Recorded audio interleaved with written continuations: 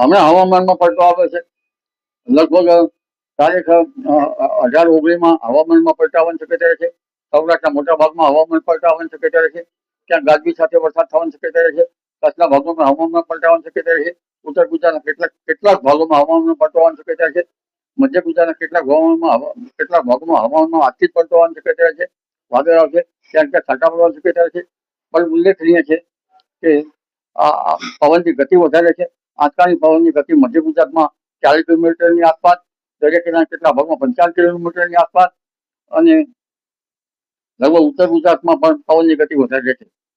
આ પવનની ગતિ જે છે એ એક નવાઈ જેવું છે. અને લગભગ મહારાષ્ટ્રના દક્ષિણ ભાગોમાં તો પવનની ગતિ 60-70 કિલોમીટરની શક્યતા રહે છે. આ પવનની ગતિ કૃષિ પાકોમાં ઘઉં જેવા પાકો ઉભા છે તો એને પાડી દેવાની શક્યતા છે. બાગાયતી પાકોમાં પણ કેટલાક કલમ વગેરે પાકોમાં અસર થશે. આંબાના પાકો પર અસર થવાની શક્યતાઓ ધીરે ધીરે રહે છે, કારણ કે એપ્રિલ મહિનામાં પણ પવનની ગતિ રહેવાની શક્યતા રહે છે. એટલે આંબાના પાકોમાં આંબાના મોર ઉપર પણ અસર થઈ શક્યતા રહે. અત્યાર તો જે દક્ષિણ ભારતના ભાગો અને વિદર્ભના મહારાષ્ટ્રના ભાગોમાં આંબાવાળા પાકો પર મોટી અસર થવાની શક્યતા રહે છે. અને આ હવામાનમાં આવું જે ચાલી રહ્યું છે તે યોગ્ય નથી, કારણ કે ગરમી મેન્ટેન લેવી જોઈએ. તો 4 મિનિટ થઈ.